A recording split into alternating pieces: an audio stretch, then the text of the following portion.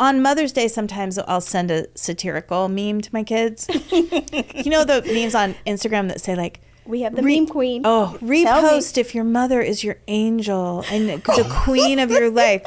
And I'll send it and I'll be like, this could be us, but you guys are playing. Like, why are you not posting this about me?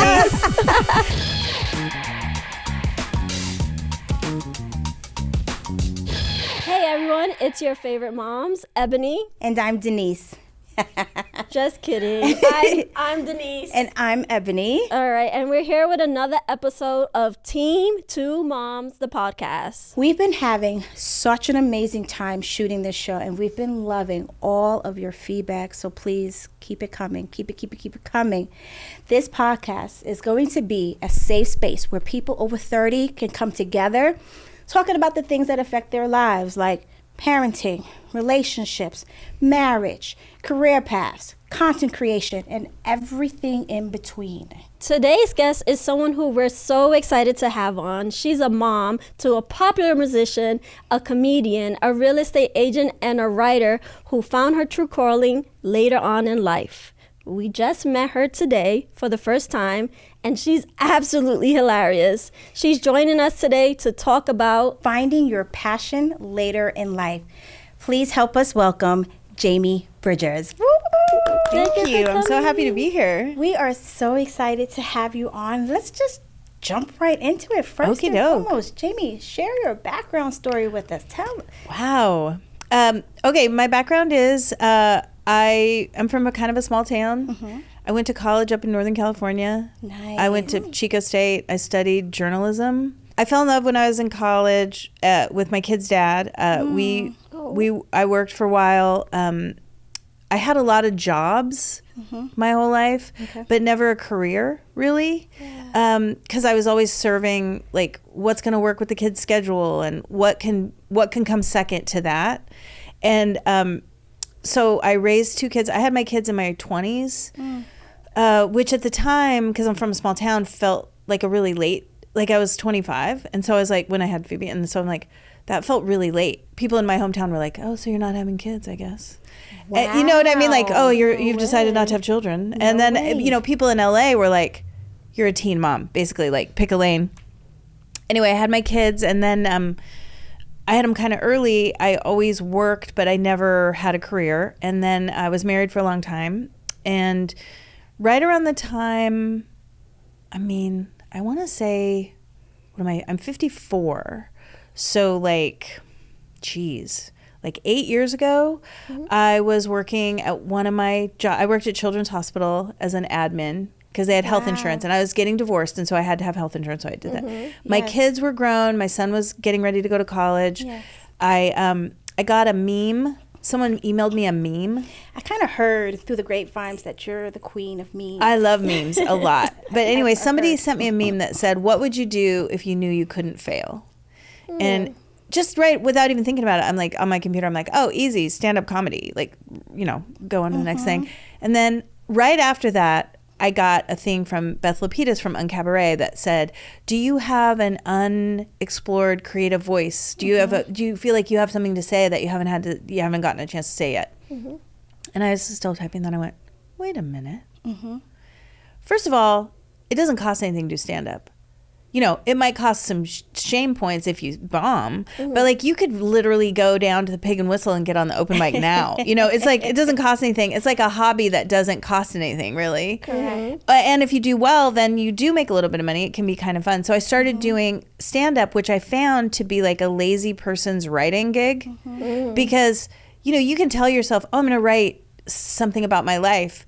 But unless you have a deadline or something where you have to stand in front of people for like 10 or 15 minutes, if you're like me, you're just going to keep pushing it off. So then I'd be like, oh man, I have my set tonight. I'm going to write it. And then I started writing some things that rang a little more true than others. And then I started writing a little more long form things. And Beth and I started working on some things. And then I started to consider myself a writer, which is kind of interesting because it's almost like saying you're an artist. Like you let other people say that. You don't say that about yourself. Anyway, it was really fun, and I really did learn a lot from my daughter because she's a performer, and I was always really good at encouraging her, but not very good at encouraging myself. And so it's really easy to be like, here's what you need to do. You just need to get some confidence and go do the thing. And then once she started to launch and things were going better for her, I didn't have as much, like I had a lot of extra energy. My son went to college. He did really well. He didn't need as much of me. And there was a lot more of me than I was comfortable with just sitting on, just having around. And also, I mean, I'll be very frank. I was in a marriage that was kind of chaotic, to say the least. And so when that was over, my life got really pleasant, but also boring. I love how you said that. Yeah. Like sometimes if you're used to chaos and you're faced with something that's very pleasant, you can be like, where's the emergency? I'd like an emergency to happen. And stand-up comedy to me is awesome because it's a series of emergencies. Now, with stand-up comedy, was this something you always knew, but you shelved it because you became a mom and you're like, you were dedicated to your children? We always put our kids first sometimes. Right, as we should, I think. So did but you always? Also, we forget about ourselves in that equation We sometimes do. too. So I think it's like I can give myself more fully to my kids because I have a full life now than I was able to before when I was pretending like it didn't matter. It matters a lot. And I think kids really need to see you model that. Correct. So anyway, so stand-up ends up being like this. It feels dangerous, but it's really not. The worst possible thing that can happen is your jokes don't go over and you go home and you rewrite them. And when it hits, you get that same feeling like that you're jumping out of an airplane and, everything's worked out. It feels really nice. So that's why I started doing that. And then I got an offer from a really good friend that I've known for like 25 years to work in real estate. And I'd always been afraid to do that. Okay, wait. So first came the comedy, and then you're like, I'm going to add another layer to this. Totally. Nice. Because I think I just had more confidence just to get out. And I mean, if you can do stand-up for 15 minutes in front of a packed room. You can honestly do anything. Exactly. And people really do respect it. I mean, I don't usually talk about the fact that I do stand-up with my real estate clients unless they already know. And some of them do. But I usually wait until escrow closes and then I'll invite them to a show. Are you ever like touring a house and like making jokes, cracking and jokes then like the client is like within certain parameters of professionalism it does help. Yes. My kids tease me because anything I'll make an analogy out of anything. So if I know the person's a musician, I'm like, this is like the bass player of Condos. And my kids are like, God, why do you always do that? Or if the person's into sports, I'm like, this is a really good first baseman. and my kids Your kids are like, Mom. Yeah, totally. But sometimes I will go into a house and I'll be like, okay, here's the deal with this house. This is a solid Ford Focus. Get in, Like you did not come here today to get a Lamborghini. You came in to get this Ford Focus and it's going to do its job. Yes. But, I do a lot of analogies and occasionally I'll make jokes or whatever, but I try not to make people think that I'm trivializing their experience with real estate. Okay, I see the balance there. It's almost like having a baby because most people don't do it all the time. You do it maybe once, maybe 3 times in your life, most people. By the time you get good at it, you don't need to do it anymore. Like getting a kid into college. I'm really good at getting a kid into college. I don't have any more to get into college.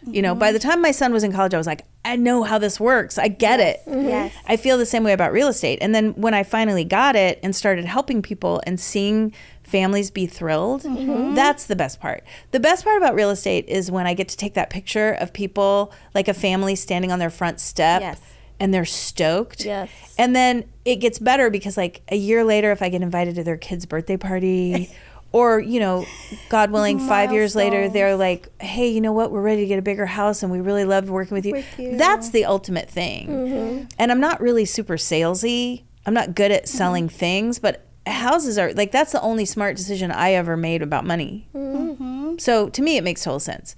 And then the comedy is a nice foil for that because it's hard to, I don't really have any hobbies. What are my hobbies? That? Comedy? Yeah, totally. That's your hobby, yes, and I for also sure. don't want to trivialize people who do comedy professionally. The people who actually make their living doing it, that's a hustle. But I also equate hobbies with something you actually are passionate and love doing. So you're actually doing what you love. Yeah, and they say, you should tell the story that only you can tell. Correct.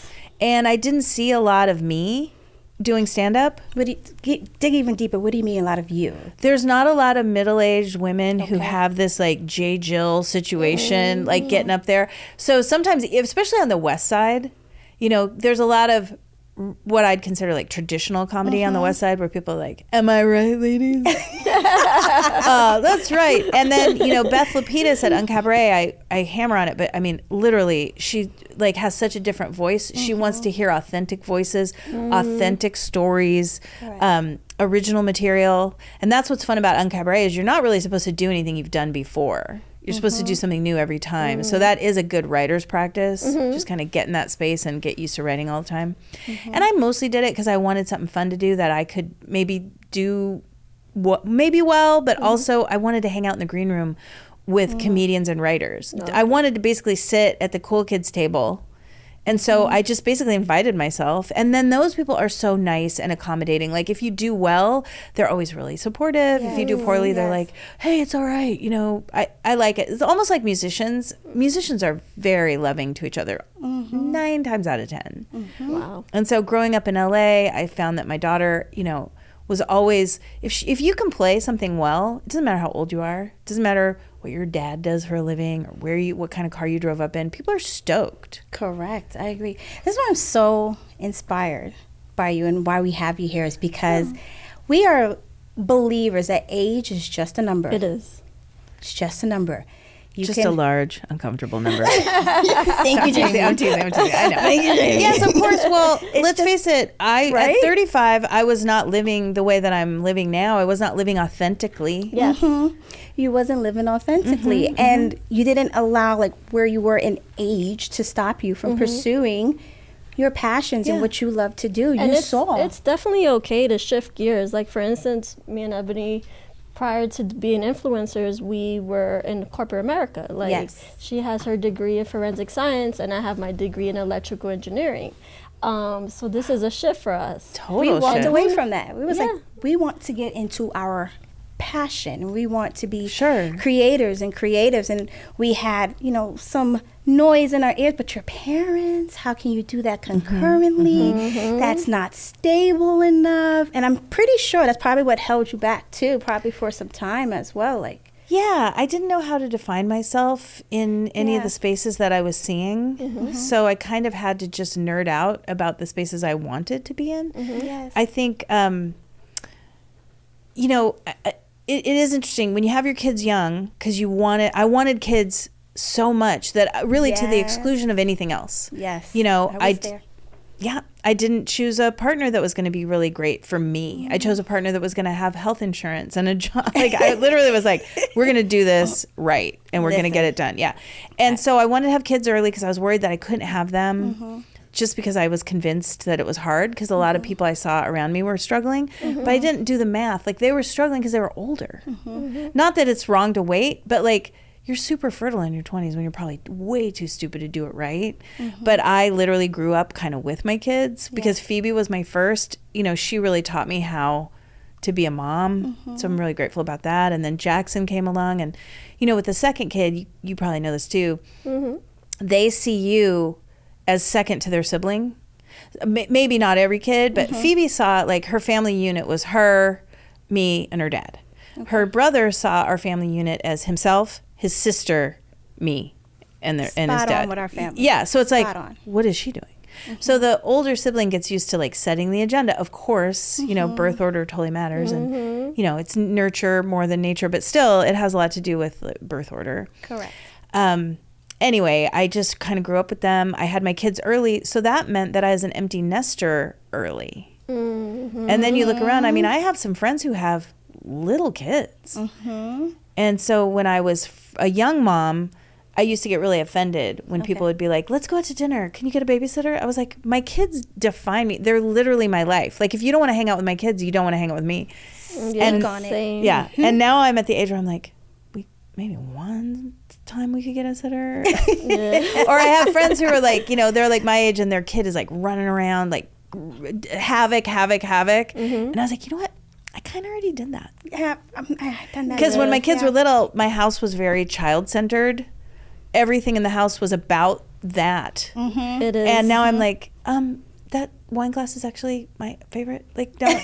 And I don't want to be that lady, but I'm also like, maybe I can be that lady sometimes. Yes. Of course. I mean, we talk about a lot about what life would look like when the kids are gone from the home, you know, when they're all in their own lives and stuff. Yeah. I'm not ready for that. She might be the only one like, nah, I'm still in the moment right now. Yes. Well, So I think like, the real tragedy, not tragedy, but the piece of motherhood that can sometimes be sad is that you really do miss it.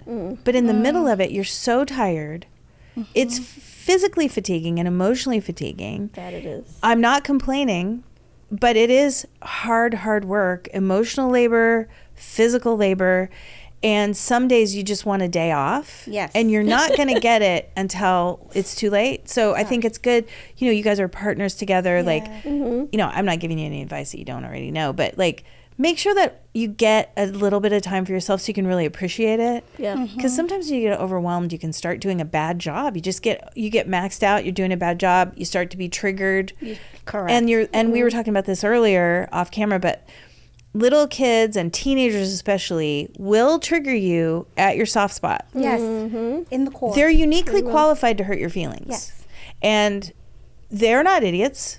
In fact, you know, quite the opposite. And so if they are ever like, you know, I have writer friends, you know, whose kids will be like, I'm not one of your characters in one of your screenplays, or, you know, this isn't that. And I remember one time Phoebe and I were going to a music festival in San Francisco, and we were getting ready to leave, and she was like 15. We're leaving the hotel, and I turned to her and I was like, you're dressed like a prostitute. No way. I was like, you're dressed like a prostitute, which was, of course, a low point for me. Yes. And she goes, you're dressed like you're on your way to the wharf to buy souvenirs. And I went, respect. Like, I have never loved you more. I was like, you nailed it. Wait. Let's go. Why am I already dealing with that with my 11-year-old? She's Because sharp. they're smarter, because they have They are media. sharp. Yeah, they're smarter. Much more smart. I'm like, you are very sharp. But then I also see my replica. So I only have me to blame for that too. Like, she's It's like a copy and paste. It's a copy and paste. The things that you love about yourself will come out, and the things that you hate about yourself will come out in Really? equal measure. Yes. And it's okay to acknowledge it. And I think it's also okay to just tell your kids sometimes, like, hey, I'll tell my son sometimes, like, I know why you do things that way. I invented that behavior. So I gave it to you, and I'm I gave it to sorry. you.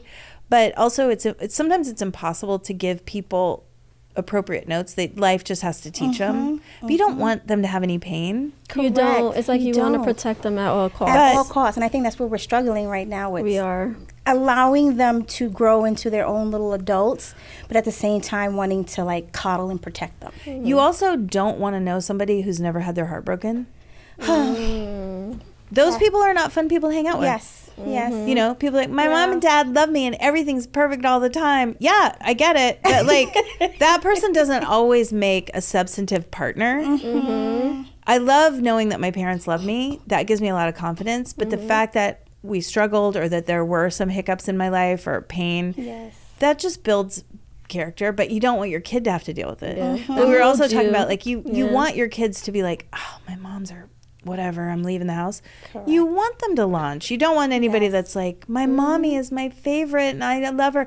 On Mother's Day, sometimes I'll send a satirical meme to my kids. You know the memes on Instagram that say like, We have the meme queen. oh, repost if your mother is your angel and the queen of your life.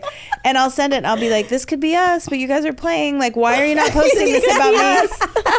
Why am I not I'm seeing it? Yeah. supplying you Yeah. with the content to post. Totally, Come on, totally. I'm helping you out. You're my What's daughter that by, statement, you know. I brought you in this world, but I could take you out.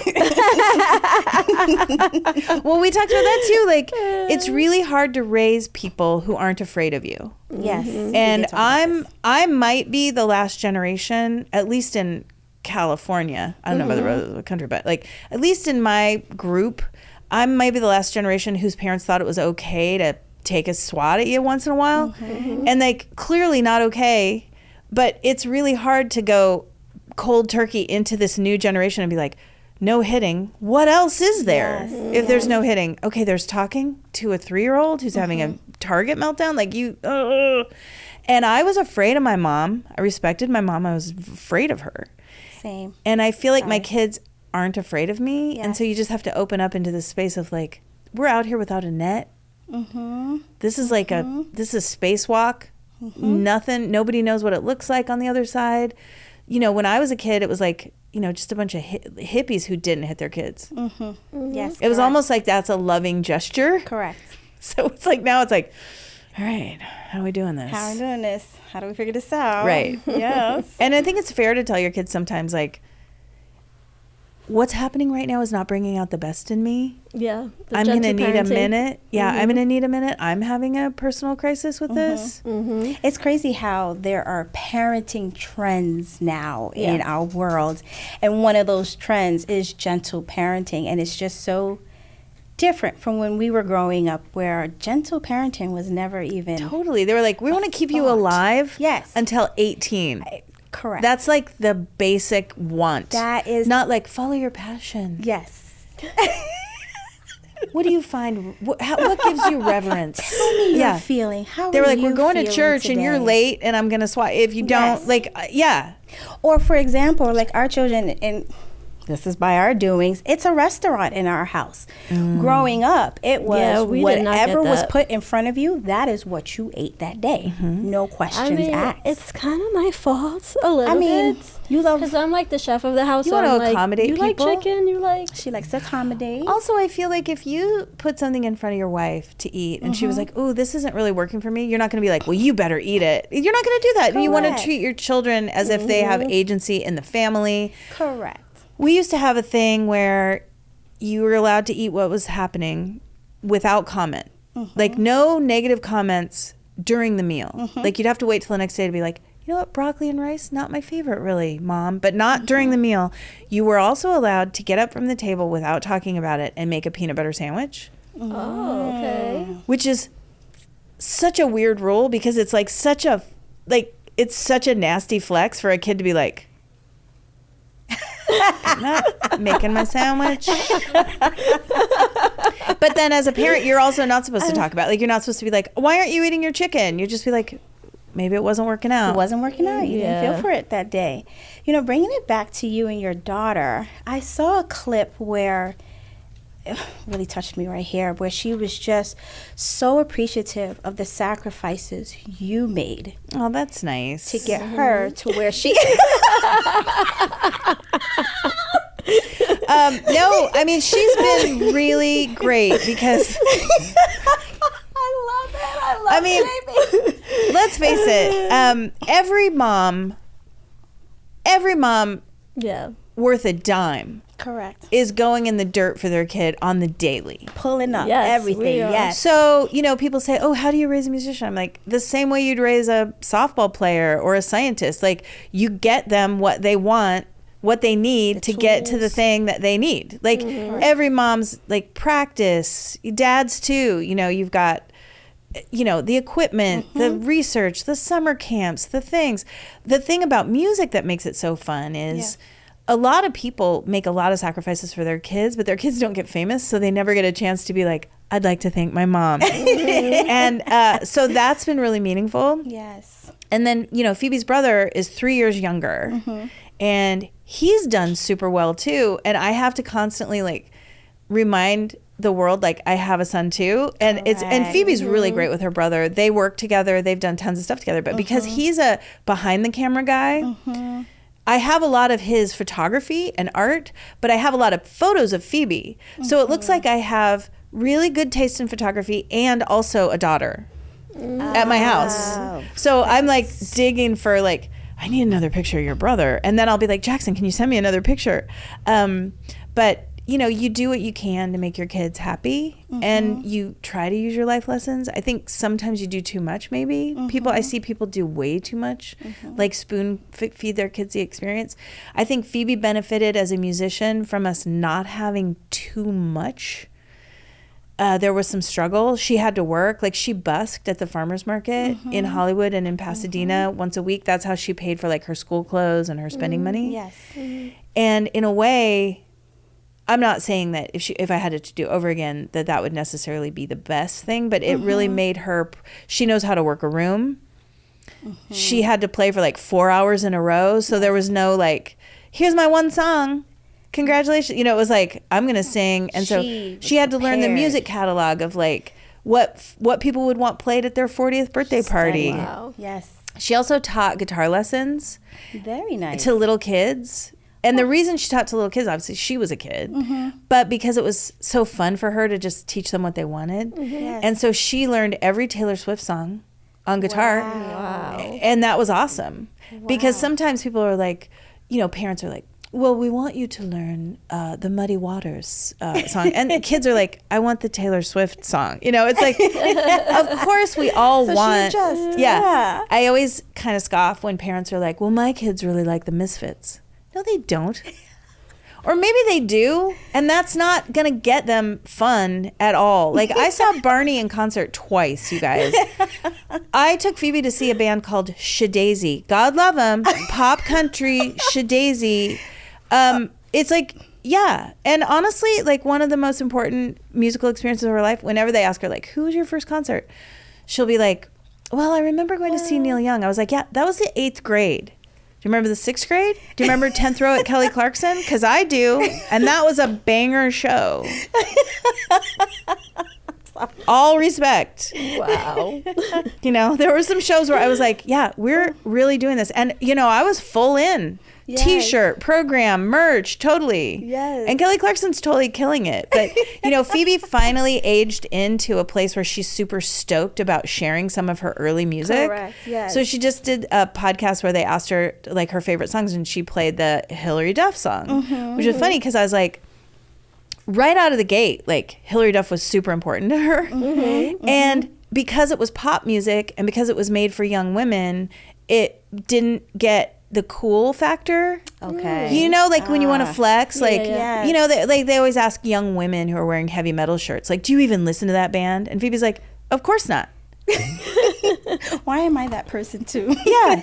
It's like, no, I listen to music that I like to listen to, correct. that young women are making for, you know. But anyway, it's just fun because I was like, nice. No disrespect to Neil Young, but you did not start there. And you don't have to start there. Why would you? Frankly. Sorry. Well, how did you balance your time between your daughter's career and your son? Like, because our daughter, she's definitely like, I want to be an actress and I want to move to California. And her brothers she are has over a here bunch like, of dreams. yeah, that's you. And we have 3. And we're like, okay, how are we going to balance this? You know, I was lucky because I do live in Pasadena in Los Angeles County. So it was pretty nice. Being from a small town, some of the opportunities that Phoebe got weekly, if we had been living in a small town in the middle of America, she might have only had those things happen once or twice a year, if at all. Okay. I think what happens to kids who are who are raised in small towns, they get older, they find the cool kid at the record store, they find their little group, and then maybe they move right out of the gate to a place. Or, you know, there's some small towns that have great music scenes. You would find it. But Phoebe almost didn't even have to look for it. We had Amoeba Records. Okay. You know, she ran away from home once for 12 hours. What? Yeah. Wait a minute. I dropped her off at school. What? And when it came time for her to get picked up, like, she hadn't gone to school. She had basically gone to high school, walked in, turned around and gotten on the bus and gone, like, she was like, I'm out of here. Were you freaking out? Yeah. I was in a way, but because we're so cell phone dependent, I could really see that she was using her phone. Okay. So I called a couple of her friends and was like, where is she? And they're like, couple of them, they know who they are. They know what they did. The ones who covered it up. The ones who were like, I'm sorry, Jamie, but I haven't heard from her. I was like, well, I can see that you did at 3:25 today, and I'm going to call your mother as soon as I'm done with this crisis. And then one kid, I won't say his name because I don't want to embarrass him in the world, but, but you know who you are. One kid did say, you might want to check Amoeba Records. Okay. So I called Amoeba Records and I had her paged, and she answered the page. But she was young, and I'm sure she was also afraid. Like, she didn't have a plan. Yes. And I said, I'm going to come and get you. She goes, okay, but we can't talk about it at all. Now And I made that okay. I was like, Okay. okay. So I picked her up and we drove home like this. But I love that Amoeba was where she went. Yes. Like, that's a church in a way for music people. And so that was fun. Yes. She got to do How that. old was she when she did that? Like, 15. 15. Oh, Oh, we got I something. Oh, I would have had SWAT team. Yeah. I would have had everybody in. I know. If it had gotten dark, Yes. it was almost dark, I would have definitely freaked out. But, Yes. you But know. I love how you also respected her boundaries. And it's like, Mom, I really don't want to talk about this. And you had that drive home in that awkward silence. Oh, I'm not sure I respected her boundaries. No, I was just like, I'm going to get her home safe, and then we're going to talk about it forever. when we get home. But, I get it. That's a natural thing to maybe experiment with, cutting Yes. class and just going Of away. course. I mean, Correct. not running away from home like night on the streets or anything. I mean, I've cut class before. Have you cut class before? No. No. I have not. Sorry. Oh. But I mean, Okay. I thought about it. You don't understand. I was afraid of my mama. Like, Yeah. I was afraid. See, we already talked about today's kids. Different. It's a little different. I feel like there's always groups of people. There's people who cut class a little, people who Yes. never did, people Correct. who've bounced a check before, people who never have, people who've eaten an entire pie by No, I bounced the themselves, check. people who never have. Never Yeah. have, Bounced the check. I've I'm been on in groups where overdrive. they're like, never have I ever, and people like bounced a check, and there's always people like, oh, no, and I'm like, enjoy your time alone. Enjoy your time alone. I ate a whole pie by myself one 4th of July, and it's like a story I tell sometimes because it was like just a total example of like a low point Yeah. where I didn't even think about whether or not I was going to finish the pie. I started the pie And- with a view to finishing the pie. And I ate the whole pie, and when I was done, I was like, done. And I have friends that are like, did you slice it up? No way. I'm like, you don't know No. what I'm talking You're about not at all. understanding this And then analogy you- here. Me eating a whole What type of pie was it, though? Cherry. It's Cherry, cherry pie. yeah. There's Cherry always pie, one cherry person pie. in the group who's like, done it. And I'm like, thank you. Yes. You can really find your people if you're like, Yes. this is something that I'm ashamed of. Or frankly, at this point, I'm not proud of some of the things I've done, but I'm also not ashamed of them. Correct. You've learned. You've lived. Oh. Right. I mean, I always say like, I was the best of moms. I was the worst of moms. Yeah. Sure. Any given day, are there things I like to highlight because I feel like I did a good job? Absolutely. Are there things I hope to God my kids never discuss? For Yeah, sure. Absolutely. So now this brings me to the time you became an empty nester. I want to hear about the first time you started comedy. You had an audience. Tell me your first experience. Well, in one way, it was Beth's class because I went to take her workshop. Okay. And I asked my friend, Susan Harmon, to join me. And she's such a good friend. And she knew I was going through some stuff. And I was like, hey, there's Monday at 7 o'clock, there's this class, and I'd like to take it. Would you want to do it with me? And she goes, yes. And then I found out later she kind of maybe didn't really want to, but she knew that it would be. And she called me that day and she said, do you know you have to do 5 minutes? So you had to stand up and do 5 minutes of material. 5 minutes in theory sounds short. Oh, But I bet on it's like a stage, I know. long It's like, time. that's like No. 50 Totally. minutes. So you do 5 minutes and then Beth critiques you for 5 minutes. And I have to say, honestly, that 5 minutes I killed. Oh. Wait, that 5 minutes sometimes I use killed. that word as a Oh positive. no, it was the okay. best 5 minutes of my life. Okay. Okay. Oh no, that time. Not consistently killing it. Okay. But that time, it's also almost like taking a rookie to the track and they win a bunch of money because they're never going to not want to go. Yeah. And they're never going to not love it. Correct. So I did my 5 minutes. It killed. And I was like, I'm amazing. This is great. I got critiqued. I felt good about it. I kept going back. Not always killing it, but definitely trying it a little harder. And then I got to where I was like, if you do it at all and you get a couple laughs, it feels amazing. And on nights where it goes great, it feels so good. And so I did a couple of open mics. I did a lot of open mics. And always younger people are doing those. And that's really Correct. fun. So they don't expect me. Correct. So when I show up, it's like already I have an advantage. And then through the open mics, I got booked on some shows with some people who are booking like the Comedy Store, the Laugh Factory. So I went to the open audition at the Ice House in Pasadena, and I made friends with Dave McNary. May he rest in peace. He was amazing. He used to book the Ice House, the second stage of the Ice House. Yes. And he did it with such joy and grace. And he made it so nice. And he was like, I really loved your bone density joke. And I was like, thank you. You don't always hear the bone density joke at the Ice House. But I went, one night I was doing the second stage at the Ice House, and I was waiting backstage to go on, and Dave came in and he goes, we need an opener with a clean 10 for Fritz Coleman on the main stage. I guess the opener couldn't make it, or they had something. And I was like, and all these comedians are sitting backstage like, clean 10. And I was like, me, I have a clean 10. Jamie, I love this. So I went and I did my clean 10 for mostly older people. Wait, what do you mean by clean 10? No dirty words. Oh. Not too much sexual, like just not a lot of innuendo. Like a clean, a wholesome 10. Yeah. Got it. You know, with a little bit of fun, but still like, Yes. yeah, to make the people, maybe they came from church, maybe they, Got whatever.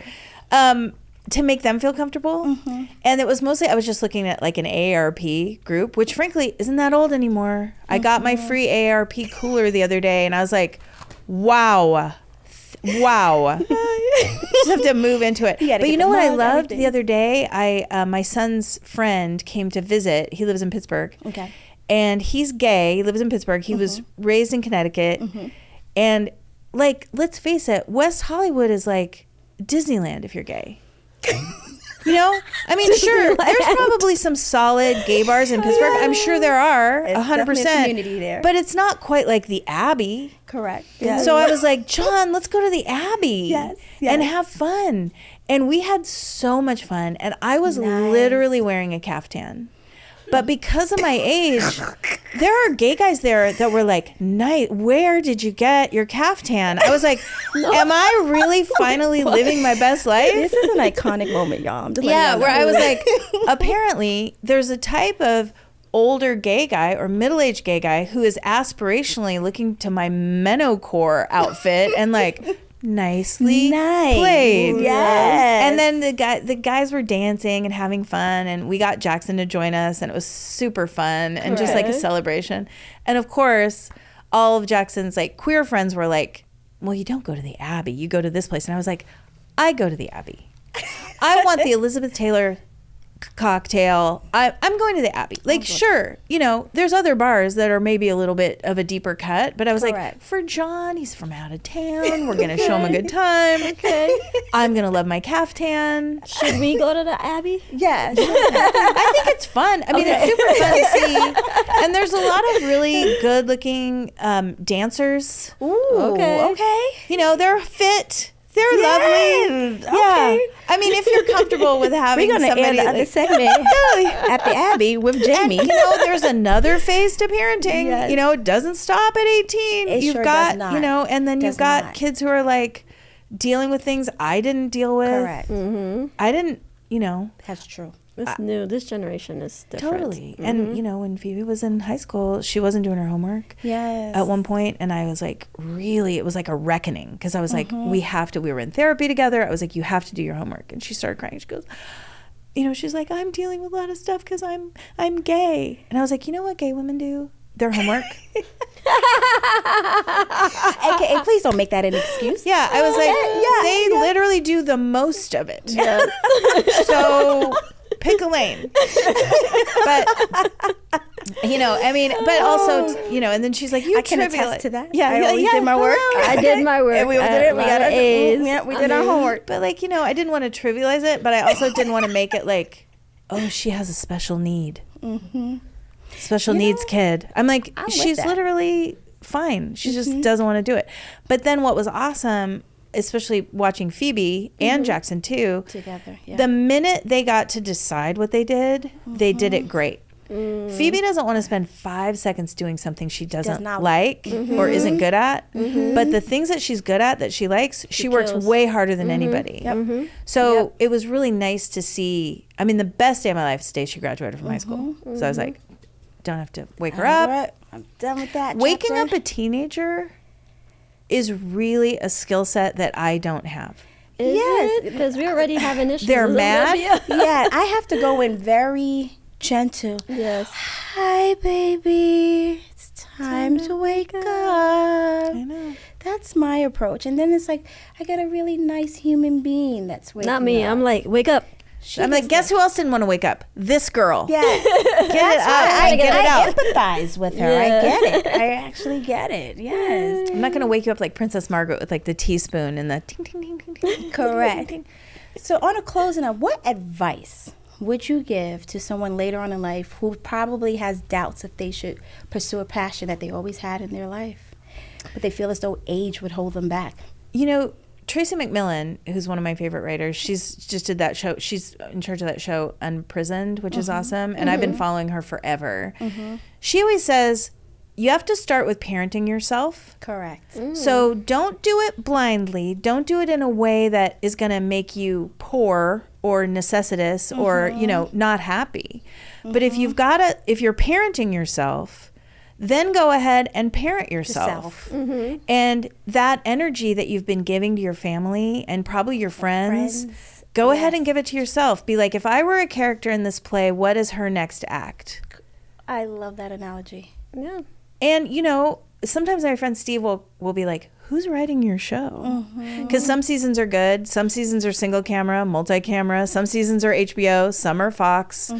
You know, you just have to roll with it and be like, you know, am I in this show or that show?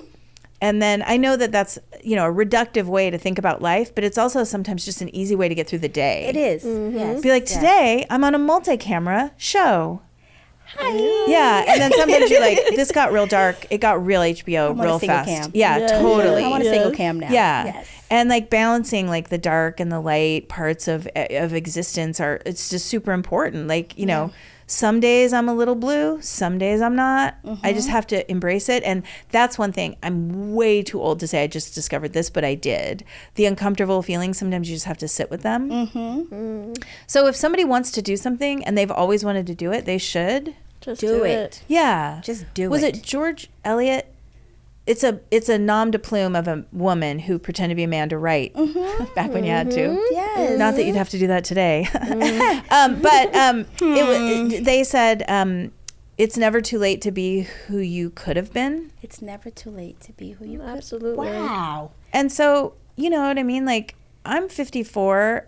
I might have a long time left. I want to make sure that I'm not just like looking back and that I can look forward. You know, within reason. Correct.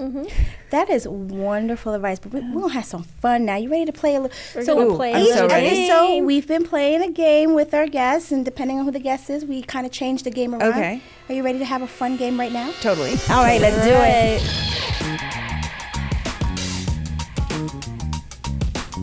All right, everyone, welcome back. Now we're going to play a fun game called Guess the Song. Are we ready? We're ready. We got the bow with the different Lyrics. lyrics in it. And so you're going to have to guess the song, and if you need help, phone a friend. Okay, I'm probably am. Let's see. Okay.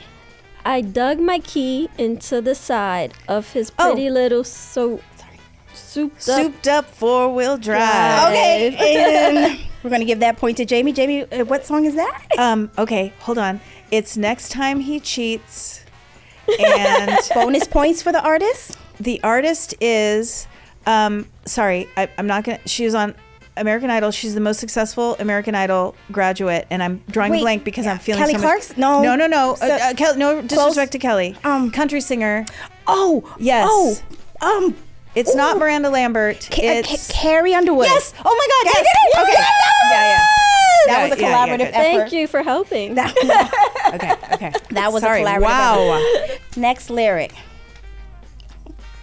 I come home in the morning light. My mother says, when you're going to live your life right. Bunch of softballs here. I'm going to go, I can't think of the name, but I feel like the artist is very familiar with somebody on this panel. I'm Hermione. I'm like, No. Go ahead. oh. Help. Okay, it's Girls Just Want to Have Fun. And it's by Cyndi Lauper. Can we have like the main bridge? Oh, yeah. Chorus. Coming home in the morning light. My mother says, when you're gonna live your life right. Yep. Cause girls just wanna have fun. Oh, girls just wanna Here's the have. thing, if I that's don't- all they really want. Yes. Yeah, I mean, If I don't hear the melody, I get it. You guys are maybe you're a little young, a little young. Man. Oh no, this is nice. Oh Okay. no! If she, No, this is nice. okay. This is a nice Can you callback. say the lyric with the melody? It helps. This one I can't. It's a newer. Just gonna Okay. give you a little it's clue. new. Okay. The scars of your love remind me of us. They keep me thinking that we almost had it all. We almost had it all.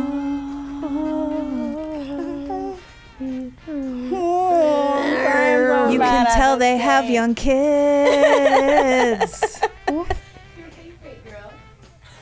Can I see that lyric one more time? Yes, you can.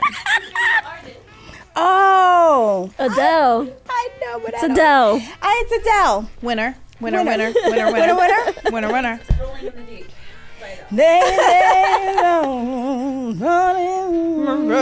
I think the concert. I love was it how still Janet. whenever we sing, we're like, "Brr, brr, brr, brr." Wait, did we put the ones we already did back in it? I didn't because I was had mine on the raised side. properly. Other people may have made different decisions. Everyone's on their own journey. Somebody once told me the world. Somebody once told me the world is gonna roll me. I ain't the sharpest tool in the shed. Somebody once told me the world is gonna roll me. I ain't the sharpest tool in the shed. So put on the spot. I don't know the person's name, but It's Hey now, Hey now, you're a rock Rockstar. star. Oh, hey, what is the name of your? isn't it Rockstar? Or Hey Now You're a Rockstar? All Star. Hey Now You're an All Star. Thank you. Okay. Sorry Okay. about that. Hey, this is the mom podcast. When we're like, hey now, you're a rock star. It really is the Get mom words right. podcast, Hey, okay? hey. I also have short-term memory. Okay. yeah. Okay, here we go. Is this the real life? Is this just fantasy? Hang on. This is the real life. This is fantasy. Is this the real life? I mean, of course, I'm thinking of Aldo Nova fantasy, but no one in this room this even just- knows who Aldo Nova is. Is this just? Because you weren't raised in a small town in the 80s. I'm just thinking fantasy by Mariah Carey. Bohemian Rhapsody. Like the way beginning of the song. Oh. That's almost like opera. You could put an opera in here now? Are we allowed to do that? Y'all are. That's epic. Wow. Was not expecting opera lyrics in here. This is hilarious. I hope everyone's getting a laugh. I can buy myself flowers. Write my name in the sand. Miley Cyrus. Yes. Ah. Flowers by Miley Flowers. Cyrus. Perhaps you've heard it recently. On my workout playlist. Wait, I'm gonna tell you, Jamie, this is your camera. You can. I'm just always like, hey, That's fine. Oh, no. this is my camera now, I find out. Sorry. No, you did that. This one. That's the one. Middle. I was like, I I knew I want could. to inhabit the full space. Yeah. Mhm. If you liked it, then you should have put a ring on it. Do you get Beyonce, single ladies. Thank you. And I got Beyonce. one. I mean, Ow. it's a good hook. If you like it, then you should have put a. I know. Because Beyonce is very verbal. Like, those lyrics are dense. Very. So if you, Like, for it's example, ingrained. take your daughter to see Beyonce at Dodger Stadium, like, I was like, Phoebe, do you want to see Beyonce? She's like, yes. And I was like, okay, I don't really know all the songs. I know they're meaningful and I like hearing them, but I'm Correct. not like immediately in the car, windows down, screaming them. And Phoebe stood up and sang every song. I was So like, you're like- how did you, what is the thing? Single ladies, of course. Even me. Even me. This has us all hooked. This my shit. Oh, Gwen Stefani. Cause I ain't no back girl. I ain't no holler back girl. Is that Holler Back Girl by Gwen Stefani? Holler back. Would that be Holler Back Girl? Holla Back. Here we are. Literally. The last one. Here we go. Oh, Come on. Please. I have emotional motion sickness. Somebody roll the windows down. That is Motion Sickness by Phoebe Bridgers from her first album, Stranger in the Alps. Yay! Thank you so much for playing that fun Thank you. game. It was with us. awesome. It was awesome. Well, now we're going to do this little fun game that we've also been doing called What We've Learned from Our Kids This Week. Okie doke. So, what have you learned from your kids this week? Okay. What I love about Phoebe is because she runs her record label. She has an imprint label. Yes. She runs her band. She's got a lot of work. And she's always busy. When she answers the phone, a lot of times when she sees it's somebody like from her team, she'll be like, "How can I help you?" And I'm like, nice boss move. Like, how can I help you? Like, it's all about like, how can we move this forward? How can I help you? I really do like that. Or, hey, it's Phoebe. How can I help? I'm like, okay, I really like that.